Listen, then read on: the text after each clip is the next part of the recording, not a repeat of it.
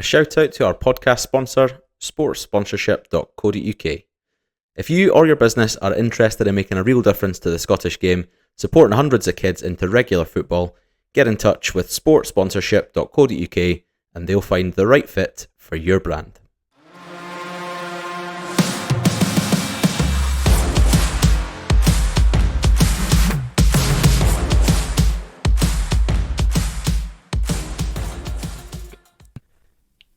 Hello, welcome to Tin Pot.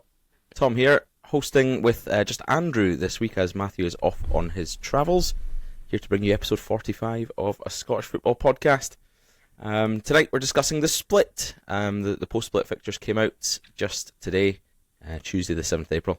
So yeah, we're going to be diving into what that looks like for the relegation scrap, the title race at the top, generally just discussing the split and how we think that works in Scottish football. Is it time to maybe shake things up?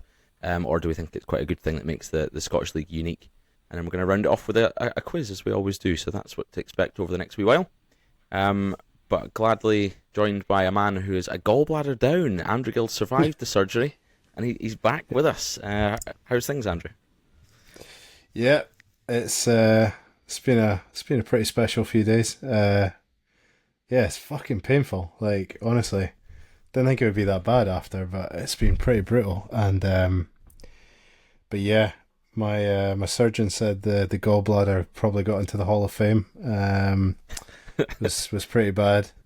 It was like glued to my other organs. So yeah, I was in there quite a while. But yeah, recovery sucked. It's been pretty shit. It's like hard to get out of a chair, hard to bend, hard to get out of bed. Yeah, just feel a bit useless, but. Not easy with a toddler cutting about, I can imagine. Nah, she's pretty pissed off. Like, I can't pick her up or whatever. So, yesterday she elbowed me straight into my stitches, so that was nice. It's good. That was good. But I couldn't react, so I was like, you can't laugh either, though, because I know. That's just going to do it more and more. Pretty bad. So yeah, no, it's been a bit shit, but I think the recovery doesn't take that long, so I should probably be a lot better this time next week. But it's been pretty grim. At least you turned up. You've had surgery and you're still here. But Matt, I mean, I can't remember the last episode the guy was on. He's always bloody missing. Yeah, I know. Just pisses off everyone. everyone. Tempted just to sack him off entirely. He's barely here, so yeah, bring him on as like a guest, speaker or whatever. Yeah. If yeah. Wraith ever do anything that's worth speaking about, then he could come on, maybe. Well, they won the KDM, didn't they? So it's a pretty big deal. Isn't that worth talking about? Nah. Nah, not at all. Given the fact that it happened and we didn't even put it into the agenda for tonight's episode, probably tells you all you need to know. Yeah, I can't say I watched it, but yeah. I don't. Is there much point in that tournament? Not really. No, the thing is, it gives you a trophy, but the clubs that win it are the likes of your Callies, your I guess Falkirk when they were down in the Championship, your Wraith, etc., St Mirren when they were down a bit, and all those teams should really be pushing like a bit higher up and not really wanting to. It's not a trophy that anyone's really arsed about winning. If by some miracle like a League 2 team won it, then yeah, maybe it's worth celebrating. But there's no money involved in it really. It's not like it doesn't boost the bank balance that much. Nah, I don't think so. But anyway, I digress. More importantly, how are you, birthday boy? We've spoken about that way too much already. Yeah, good mate, good. Donning a birthday gift upon my shoulders today. The Dundee United 94-96 away kit. Pony redid it. Sponsored by Rover. Oh, there you go. Speaking of the Rovers. Ooh, it looks very. I like the texture. It's very thick. It's like old 90s material, and it's slightly oversized and baggy as it should be. One of these skin tight shirts that show off the tits too much. Yeah, it's lovely. That's a beaut. So yeah, absolute beaut. Thanks to Jim for that one. Did you get birthday boy on the back or? I've not actually checked it. I can only really see the front. No, it just says Legend. Legend 69, I think. Oh, no, wait. Legend 69, yeah. Yeah, Legend 69.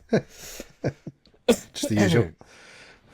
Yeah, had a nice little birthday weekend playing some PlayStation games, which is something I don't really do too often, because I don't tend to have company that wants to play the PlayStation a lot of the time.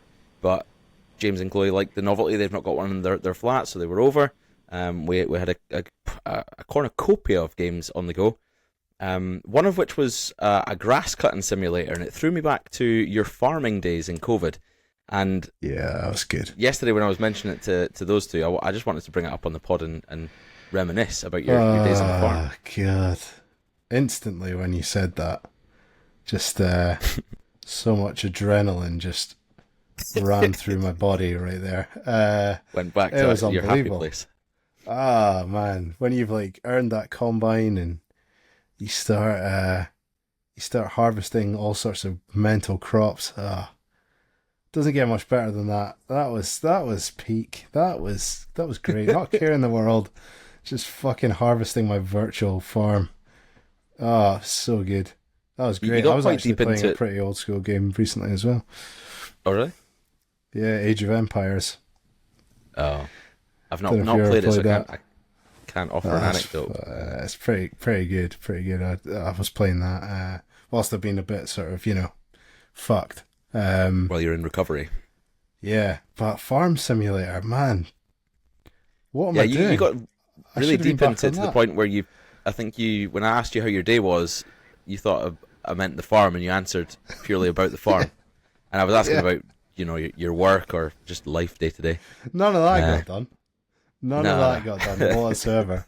It was pure Farm Simulator. I was working hard. I was working around the clock.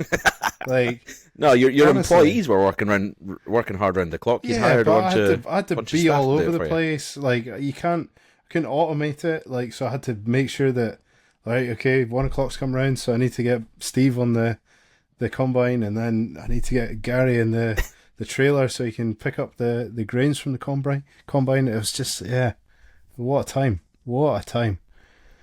Stressful on the farm, also, I'll tell you that. Really educational. You probably know more about the inner workings of a farm now than your average Joe. You're well versed. Yeah, probably actually, yeah. I never thought about it that way. I enjoyed it. I loved it.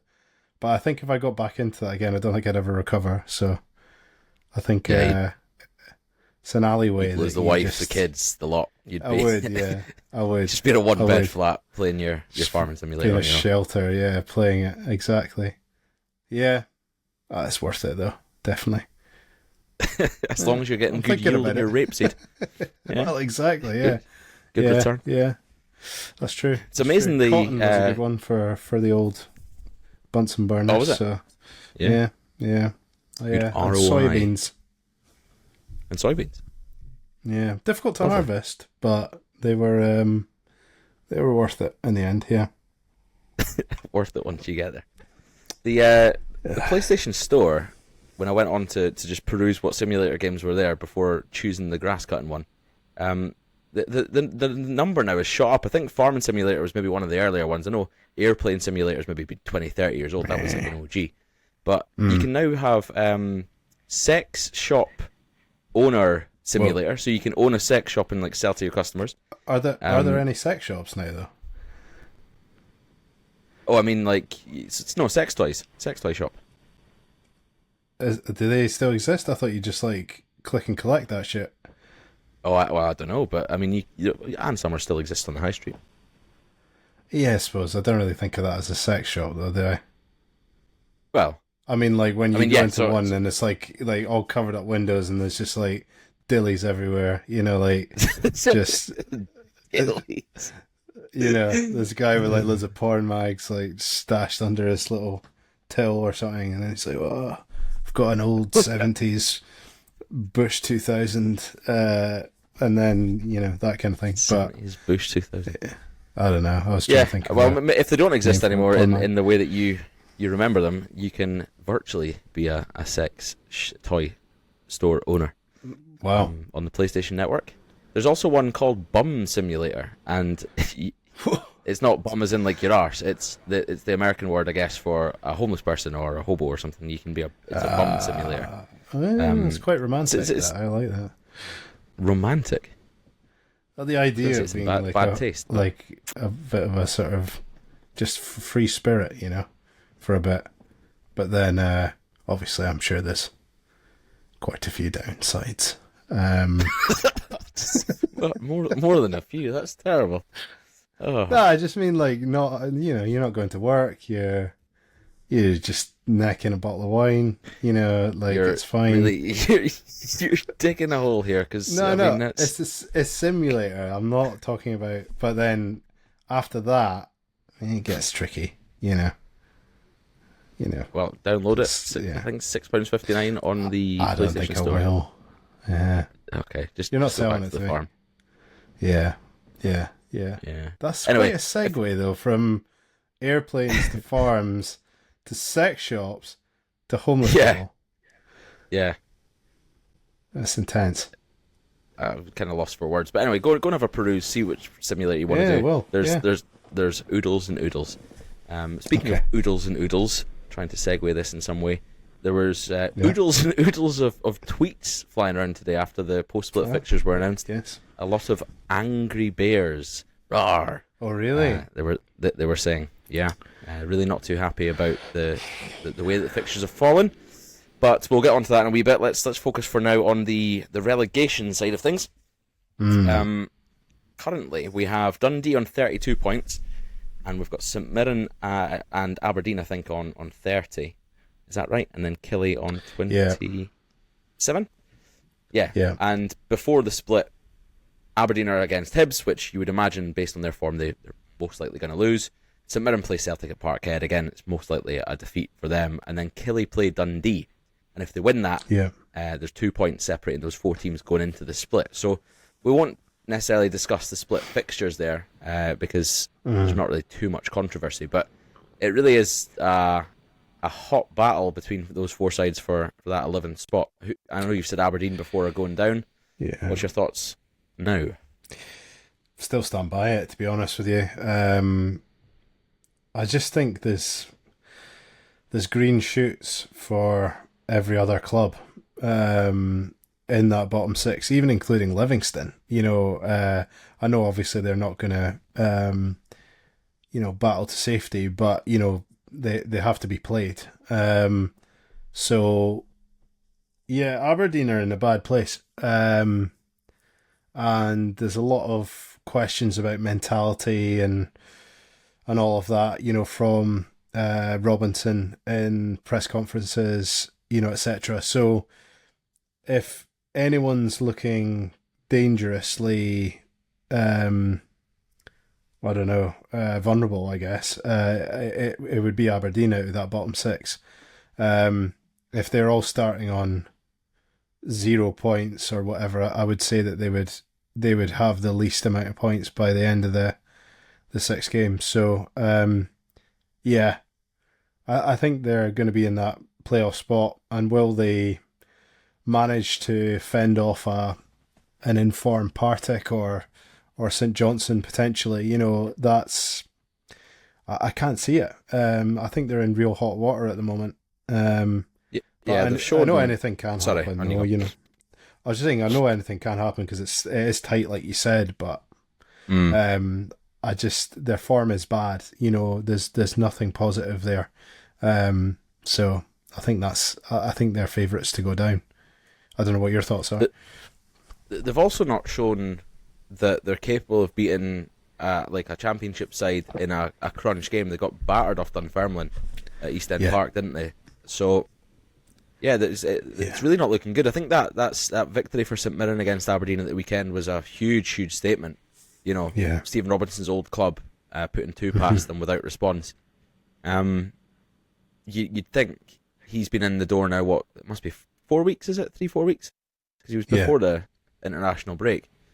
And that's enough time to at least get a tune out of these players, that new manager bounce that people talk about. It just shows how rotten that squad must be to the core. The attitude, the sort of determination, the leaders in the dressing room. I don't think they really have any personality or any what's the word I'm looking for? Like any belief within that group. I think it's top to bottom though. That I think that's. I don't think it's just the squad. I do think that I was saying this to Matthew. It's what's above the manager as well, and you've got to, as much as you can get a new manager bounce. Particularly off a decent manager like Stephen Robinson. Ultimately those players are going to be looking at what do the hierarchy actually want here?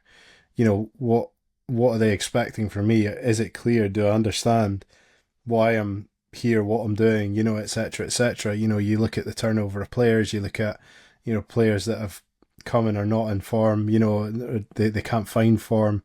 I think there's just some huge lack of identity at Aberdeen, to be honest. And I think Jimmy Tillene's first sort of half of a season that he was there, really kind of papered over the cracks, and on reflection now, I think that they obviously don't really know what they're doing above managerial level. You look at the appointment of Stephen Robinson and how they went round the houses there for no reason. And those couple of months that it took to recruit really, really damages that team. There's not many instances you can really think of where there's definitely not been a caretaker that takes over till the end of the season, for example. There's not really been many examples of a team kind of, I don't know, I suppose being hung out to dry for such a long period. That's what I can't think of any teams in Scottish football that have been in that position. And then it's been quite clear, or relatively clear, what their director of football has kind of wanted from a manager, and then they've gone in a completely different direction. So very confusing for that squad and very hard to get any sort of stability. Sorry, there's a wee bit of an echo in here, so I'm like, I don't know what I'm saying. Yeah, apologies. This has gone Pete Tong. My headphones seem to be broken. Can you still hear me? Okay, with no echo. I can hear you, yeah. But you're probably hearing yourself. Yeah, I'm going to try and put these headphones back on. But when you were speaking, I was doing a lot of beeping. This is Tin Pot at its finest. We're back in the big time. There we go. Hopefully these can stand the test of time. Yeah, like you said about green shoots as well, the clubs around there, in the last 5 games, St Mirren have got back-to-back wins, Killie have done back-to-back wins before their defeat at the weekend. Obviously United, I think we're all pretty confident are going to avoid that 11th spot, and then Dundee have, only lost 2 of their last 5, which is miles better than Aberdeen. So, going into that, the post-split, there's going to be a lot of draws and victories against Livingston, as there has been all season. So it's really, can they win those matches against Dundee, St Mirren and Killie? And I think they've got, I've got the wrong thing up, hold on. They've got Killie at home, St Mirren at home, and Dundee away last game of the season. So they've got quite a decent bit of, not luck, because the post-split fixtures aren't really luck, but they've got 2 home games and 1 away against their main rivals, which is good. Yeah, they have been quite lucky, and I think, I can't remember what the stat was, but their away form for the whole season is it's bad. Like, it's really bad.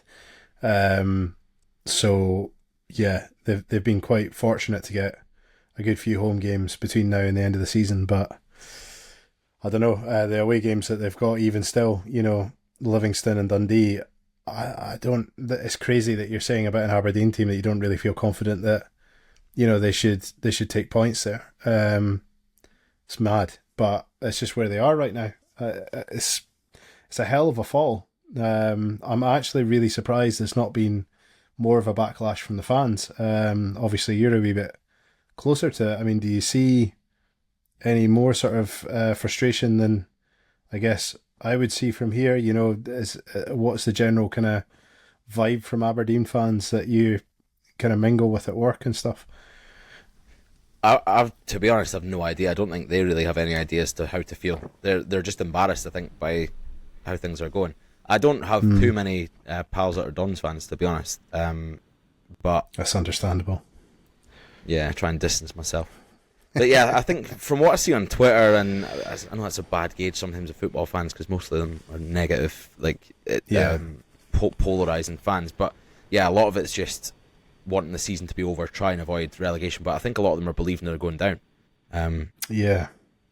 Which is Whether wild. they go back up though, mate, like that's the thing. Like if they did go down, of all the teams to go down, I just don't think they've got their shit together. To bounce back up. You look at how Ross County have maybe underestimated that league. I wouldn't say that anything like that would happen, but in terms of coming straight back up, it needs some serious structure, and the way that they've the amount of time that they've taken to appoint the manager really shows the lack of cohesion or vision, or just ability, to try and give Aberdeen an identity. I think Robinson's a good manager, but this could be a really bad move for him, in the end, if things don't shape up in the summer. So, yeah, be interested to see what happens.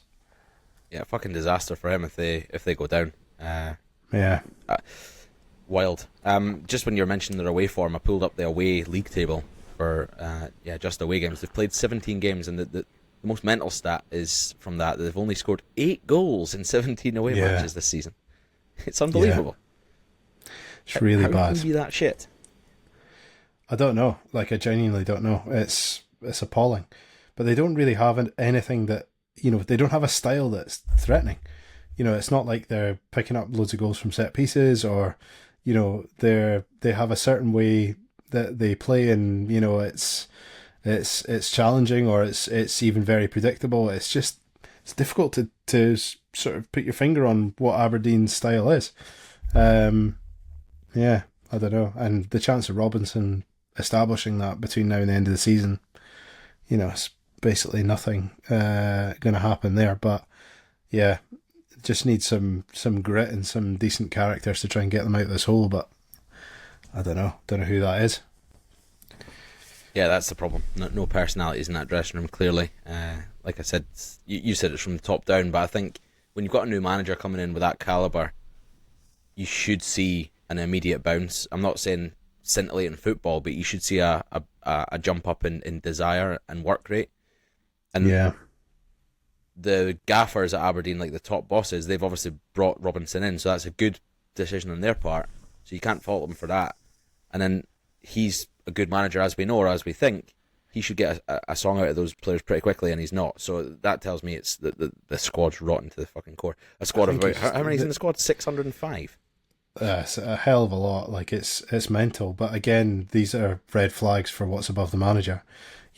Like having such a heavy squad. Oh yeah, not investing well. And then just having that huge gap. Where they basically hung leaving out to dry. And it wasn't really that clear what was going on there. So yeah, a lot of red flags in the sort of director of football kind of area. Again, you don't really know what's going on behind the scenes there. You don't know if that's all the director of football, or if there's a massive push or influence from the ownership or whatever. You just don't know. But something in that dynamic is not working, and they need to get it right over the summer, whether they're in the Premier League or not, because either league is going to be a difficult one for them to shine in if they keep going like this. Absolutely, but I don't know about you. I'd love to see them go down. Being hilarious. Probably not good for the Scottish game, but pretty funny. I'd be quite glad to see them go down. Just every match they have us. It's like built up so much, and you're just like, oh, what are you on about? Like, we're not even like proper rivals. Like, so it's just like, I don't know. I just never really understand it. But it would be good to not have that sort of fake rivalry there a couple of times a season. And their fans are a bit dodgy at times. So would rather not have them. Chairgate. Yes, absolutely. For example. Yeah. Anyway, Exactly. looking up the table where Aberdeen should really be, based on the size of club they are and the budget they've got, let's look to the top six split. And there was a few more talking points from these games that were announced earlier on today. So, without Hmm. diving into it in too much detail, just off the cuff, who do you think is going to be the happiest with their 5 games post split? The order and the home and away sort of vibe. I mean, I think Celtic. I mean, ultimately they've got a couple of big important home games in there. Obviously, they've got 3 out of the 5 games, but they've got Hearts at home and Rangers at home. The two sort of title rivals. So I think they'll be happiest. But yeah, I'm sure they'll find a way of saying that they shouldn't be happiest or whatever. But yeah, The blame fuck card. knows. Yeah. Yeah, exactly. But yeah, I would say that it's hard to argue that they aren't. They don't have the most sort of fortunate draw, I would say. I find it bonkers, like the amount of people that are going mental about this. It's the most talk I've heard about a post split fixture list, and I can't wrap my head around why. Every team up until this point knows, for example, Celtic have had 2 games at Ibrox, so the next one's going to be at Parkhead. They've had 2 games Yeah, at Tynecastle, so the next one's going to be at Parkhead as well. So there's no shock. And the fact that I think the only thing that is a wee bit of a surprise is the fact that the team that are currently sitting in third place have got a home fixture on the last day. The team that's in the lead have an away fixture. Um, yeah, since 2012-13, every time the leader, when the split fixtures get announced, the leaders always played their last game at home. Happened when Rangers hmm, won it in 2021, and Celtic, every season that they've won it around that, they've always had their yeah, last game at home. So I can understand from a Hearts perspective, you'd be questioning, well, why don't we get the same benefit? Because yeah. they're out of their fixtures, they've got only 2 home games, but Falkirk and Rangers, those 2 home games, I understand why you wouldn't put the Rangers one last, but why can't the Falkirk game be their last one at home? I agree. To be honest, I think Hearts would be the team that are maybe most aggrieved by the draw. Um, but what a firecracker that could be potentially. It could be those two deciding the title on that day. Hope not, but it could be. Um, but yeah, I mean, it's harsh, like having to go to Celtic Park and get a result. Um, so yeah, I feel for them. I do feel for them. I think a favourable last day, as you said, would have been in order. But the thing is, we've not really had a title race for such a long time, and we've certainly not had a three-way title race. For even Mm. longer than that. So I think that's why there's so much noise around this. I'm not really buying into it. If I'm honest, it's just the way it goes. Like it's just your luck, really. But I mean, Celtic obviously always always get lucky. But yeah, I'm not really too arsed about it. I know there's been a lot of noise. We've got to go away to Celtic Park. We've got to go away to Tynecastle. It's tough, but that's the way it's got to be if you want to win a title. So just got to get over it. I doubt the players are thinking that they're hard done by because of that. They'll just have to get the head down and get on with it. Big time. I think in terms of momentum, Hearts need to win this game against Motherwell for me. They need to stop a bit Yeah, of the rot. And going into their first game after the split is a derby, which it is unpredictable at the best of times, but especially with this much on Hearts' shoulders. yeah, Then following that, they've got Rangers. So if they don't take 3 points from the Motherwell game at Tynecastle, they're not out of the race at that point. Obviously, you're not going to write them off until much later on. There needs to be a big gap, but it makes it so much harder for them. So bearing in yeah, mind that Rangers have got to go away to Falkirk, Celtic are at home at St Mirren before the split, and Hearts have got that Motherwell game. It puts yeah. Rangers as surely firm favourites for the bookies to lift the title. You'd think. I don't know. I really don't know. I mean, we're away at Falkirk twice within the space of like a month, pretty much. And it's not been a good place for us to go either. So the only good thing I would say for Hearts is they're catching Motherwell at a good time. Motherwell are not in good form at the moment, and they have been pretty threatening, up until fairly recently. So it's not the worst time to get them. But yeah, as I said, it's not going to be easy for us, like going away to Tynecastle and then going away to Celtic Park immediately after that. Those are really two very, very tough fixtures, but it's just the way it goes. Like it's just the way it is. It's fine. It's more about the last day. I think, as you said, I feel a bit bad for our Hearts having to go to Parkhead. But I suppose that's what happens when you sort of grease the palms of the SFA, so you get a wee home game at the end. Allegedly. Allegedly. It throws up the question or the conversation around the split generally. So if Hearts were in this position, where they were 3 or 4 points clear, whatever it was, a couple of weeks ago, and they know their fixture list, they know they're running for the next 8 games or 9 games, whatever it is, they know the order, they know who they're playing, and there is going to be a mix there of bottom 6 teams and whatever else, as well as the top teams going into the last 5. Yeah. That's much more easy for them to sustain over a 38-game season than it is to get to this point at 33, then have to play the likes of Celtic and Rangers and things like that back to back. Rangers and Celtic don't mind the split because always they've got the richest squad, the best team, so therefore they should be able to handle those types of games because the teams around them in 3rd and 4th and 5th and 6th, they're not. It's normally not really a competition for them. But for a team like Hearts, who for this year putting on a title challenge, I think it backs up my argument. I've said for years I really don't like the split. I don't like the whole idea that you. For us this season, for example, Dundee United, our season's judged by game 33. No matter what we do after that, to an extent, is moot, because even if we win the next 5 games and finish on whatever it would be, 55 points or something, which is about the same as last year, you can't then say you've done as well as last year because we're like, oh, well, there's the caveat of we've played shitter teams at the end instead of being in the top 6. And to almost draw a line at 33 games and that's when your season's ending, I think it's a bit shit. What's your take on the split? Does it have its place? Or to be honest, I haven't been against it because I've kind of thought, well, it's quite good playing the best teams, in the league, in the run-in, and whoever kind of gets it deserves it. But I mean, the points you've made are really pretty strong points.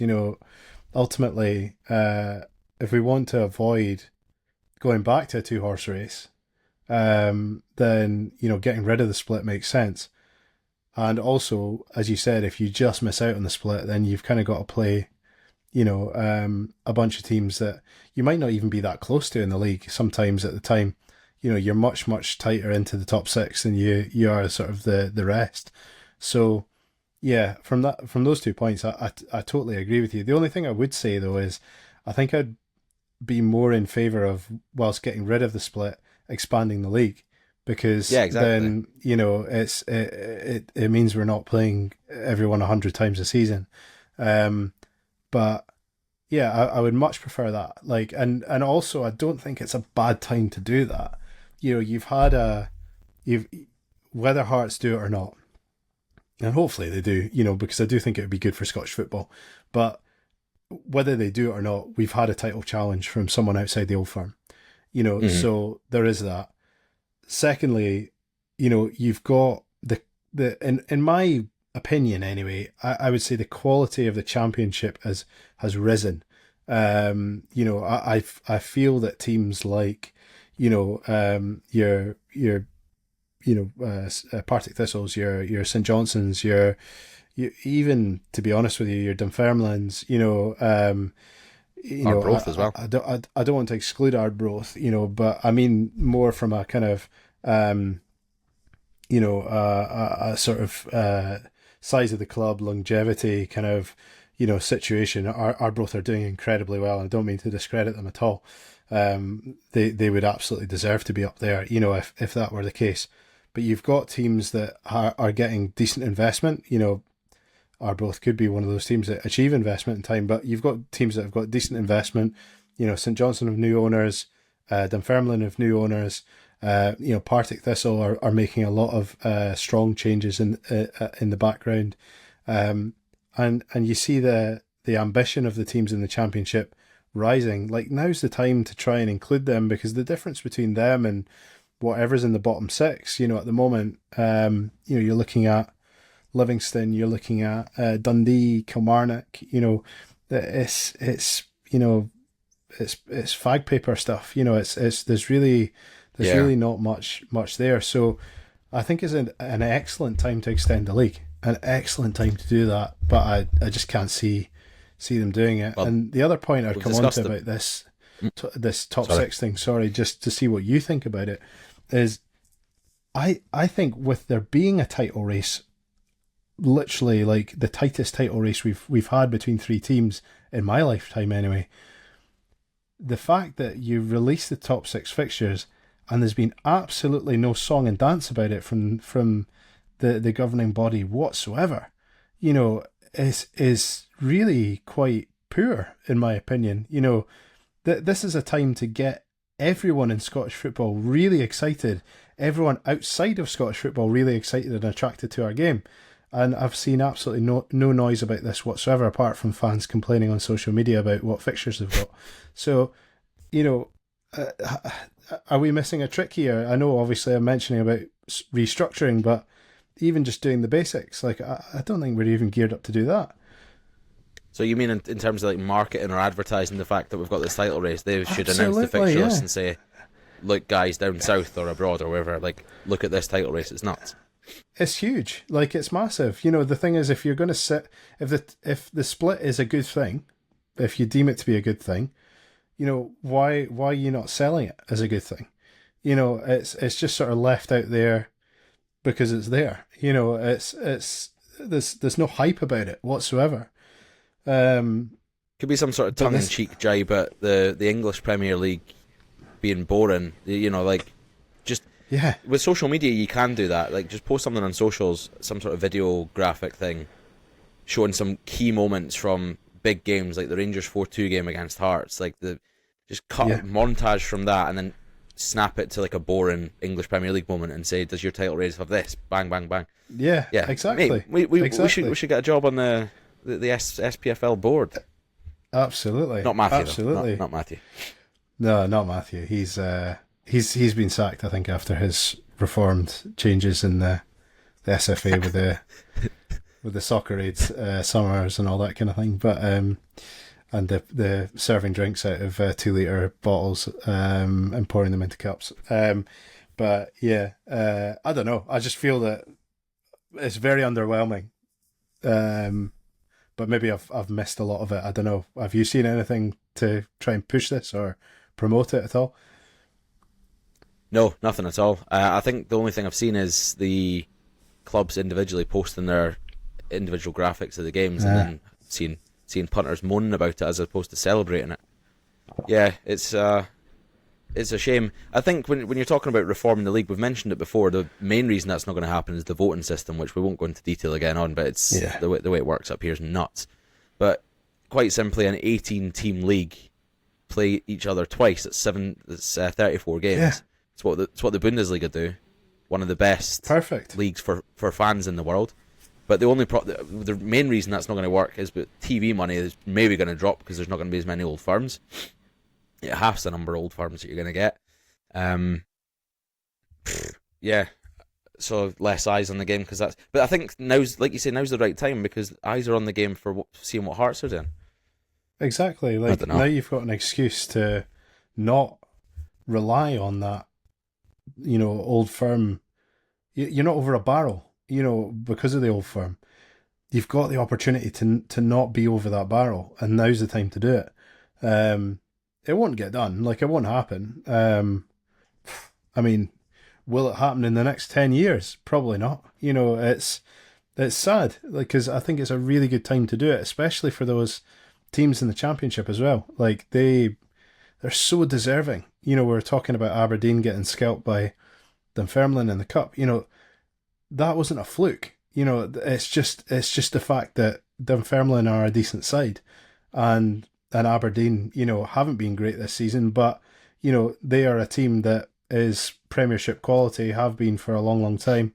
And there's not that disparity in quality anymore. So I think it's the best time to do it, but it won't get done. It'll just be left out to rot, and Rangers and Celtic will spend big in the summer, and if Hearts manage to put a title contention in 2 seasons in a row, I mean, that would be incredible, but you would imagine that everything is going to go against them in order to do that. So, sad. Big time.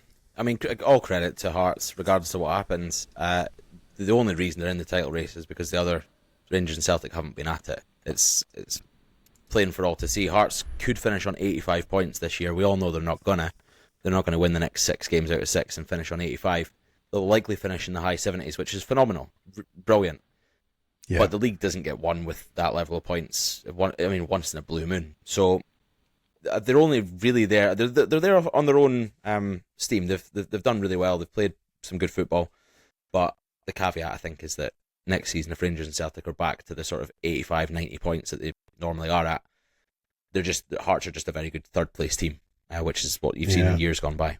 But just very quickly, it's wild. Hibs are only 3 points, I think, behind Motherwell in the league, and they'll play each other post split. Hibs play Aberdeen pre-split. Motherwell have got a tough game against Hearts, so it could be all even Stevens, I think, going into those post split games. David Gray was getting lambasted, whereas Jens Bertolaski was being tipped for much bigger jobs. It just shows you I know they've played better football and they've got a better clean sheet record, all that stuff, but points are what matters, and David Gray's done a phenomenal job, and it just shows you how fine the margins are and how perception is important in football as well. 100%, yeah. I think all the criticism of David Gray's been really harsh. I've never understood it at all at any point this season, but interesting with Motherwell and Askew. As soon as Askew started getting linked with that Celtic job, Motherwell's form started to dip. So take from that what you will, but What are you taking from it? I think his head's been turned. Personally, okay. I think he's and I do think that a lot of the players there, are being tipped for either one of the old firm teams or teams down south. So I think the mentality is slightly changed at Motherwell. Whereas they've gone from a hungry team coming from nothing, almost, to one that's actually got a status to hold, and a real change in mentality has been required, and they've lost that over the last few games. That's why I was saying I think it's actually a really good time for Hearts to play them. But yeah, whether that'll swing back, near the end of the split, I don't know. But yeah, I mean, there's no doubt about it. Askew's done an amazing job. Motherwell were never going to be tipped to be, hanging about third place at the start of the season. So he's done a great job regardless of what happens. But yeah, I think there's been a wee bit of a correlation between getting tipped for the Celtic job and a drop off, and it comes up in every interview. So yeah, I don't know. Maybe I'm putting 2 and 2 together. Regardless of what happens, it's going to go down as a positive season for them, considering where they were last year. They're already a good 5 or 6 points, I think, beyond where they finished last season, with 6 games to go. So it's a big successful. It's a big success for them. Let me ask you a question about splits before we go into our quiz. Going to ask you to blind rank these 5 splits. If you understand how the blind rankings work, it's been a while since we've done one. Yes, yep. So there's 5 things I'm going to list, and you've got to I don't know what blind top rank one them. would be, but yeah, okay. Okay. See if it comes up. The Scottish Premiership split. Where are you ranking that? 5. 5. A banana split? Number 1. There he is. Yeah. Straight in at number 1. So you've got 1 and 5. Very polarising.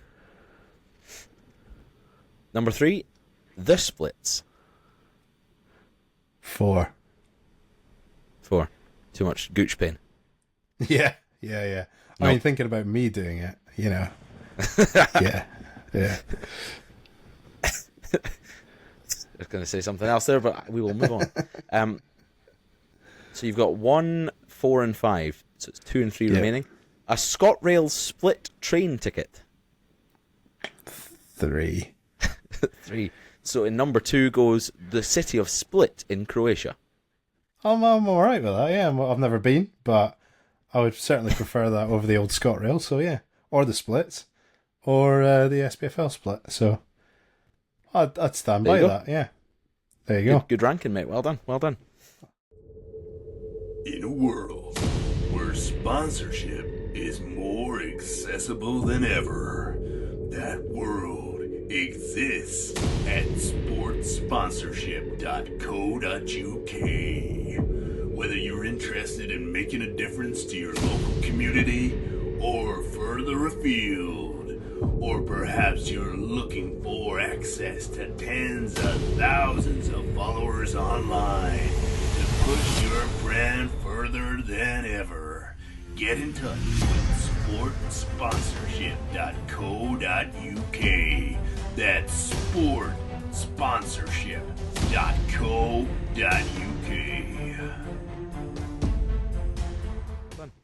Right, Thank you time very for a quiz. Again, it's a split-related quiz for you this week, Mr. Guild. Oh, dear. It's 12 in 10, so you get 12 guesses to name 10 of something, 2 lives to lose. Oh. And what I'm looking for here is any of the, I'm going to count them up, 11 teams since the split started in 2001. Right. Any of the 11 teams who have finished in the top 6, apart from this year's current 6. So apart from Celtic, Rangers, Hearts, Hibs, Motherwell and Falkirk. The other 11 teams. Any teams that have finished in the split, in the top 6 over the last 11 years? No, since 2001. Since 2001, right, okay. Okay. I'll give that a shot. Excluding the 6 teams that are currently in the top 6. Oh. So there are 17 So teams there's if you 10 include teams. those 6. But there's there's 11 excluding those 6. Right, okay. I'll give it a shot. Yeah, that's pretty tricky actually, yeah. Hit me with your first team. Aberdeen. Correct. Some of them you can fly through, I think, but Dundee United. yep. Dundee. Yep. Kilmarnock. Yep. St Johnstone. Yep. You're getting these in order pretty much of how many times they've been in the top 6. Yeah, it's impressive. Yeah, I did that on purpose. Yeah. You got 5 so far. 5 more to get. If I miss someone, not obviously. I don't think Livingston have been in there, have they? No, probably not. Fuck me. Since 2001. Yeah, since the split started in 01. That is correct. They've been in just once. Good pull.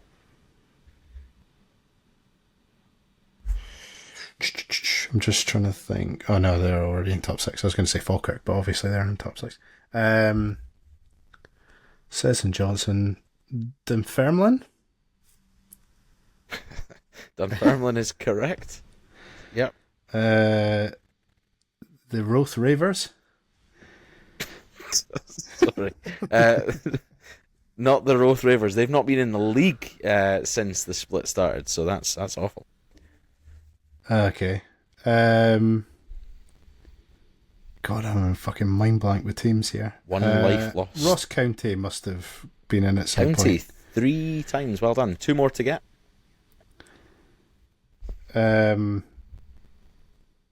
Inverness? That's a bit of a push. ICT is correct. Well done. Okay. How many teams have we got left? You have 1 more to get. And One there's more 2 to options. get. There's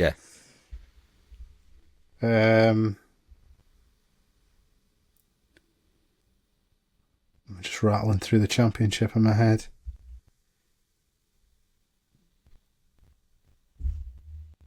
That's hard.